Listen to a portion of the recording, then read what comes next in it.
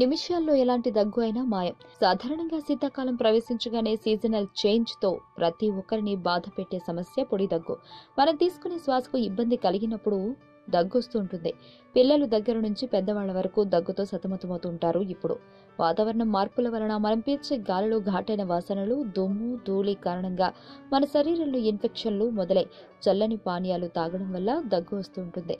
దగ్గు తగ్గించుకునేందుకు కొన్ని చిట్కాలను ఫాలో అవుతాం. అయితే దగ్గులని మన ఇంట్లో ఉండే దినుసులతో ఎలా నివారించుకోవచ్చు ఇప్పుడు మనం చూద్దాం. చిట్కా.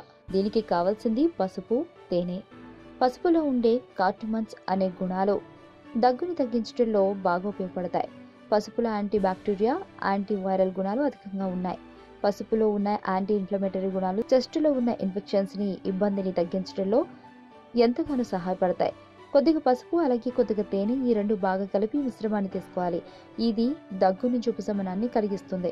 చిట్కా 2. దీనికి కావాల్సింది తేనె, సొంటి పౌడర్. సొంటి పౌడర్ కొద్దిగా, తేనె, ఈ మిశ్రమాన్ని రెగ్యులర్ గా తీసుకోవాలి. పొడి దగ్గు నుంచి త్వరగా ఉపశమనం కలుగుతుంది. చిట్కా 3. దీనికి కావలసిన పదార్థము మిరియాల పొడి, గోరువెచ్చని పాలు.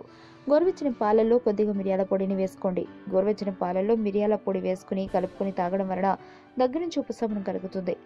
చిట్కా 4. దీనికి కావాల్సింది కట్ చేసి పెట్టుకున్న అల్లం ముక్కలు. ఇప్పుడు మనం అల్లం టీ ప్రిపేర్ చేసుకుందాం.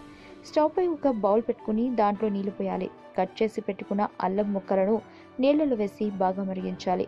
నీళ్లు ఇంకా బాగా బాయిల్ అయ్యి సగం అయ్యే వరకు స్టవ్ పై ఉంచాలి. ఎందుకంటే మనం ఇది అల్లం టీ చేసుకుంటున్నాం కదా. ఇప్పుడు అల్లం టీ బాగా మసిలిపోయింది. అల్లంలో ఉన్నటువంటి ఔషధ గుణాలు అన్నీ కూడా వీటిలో నీళ్లలో కలిసిపోయాయి. సో కాబట్టి మనం స్టవ్ ఆఫ్ చేసుకుని చల్లార్చుకుని దీన్ని ఒక గ్లాసులోకి తీసుకుందాం. రోజు పొడి దగ్గుతో బాధపడేవారు ఈ అల్లం టీని 2 నుంచి 3 సార్లు తీసుకోవడం వలన దగ్గుని తగ్గించుకోవచ్చు.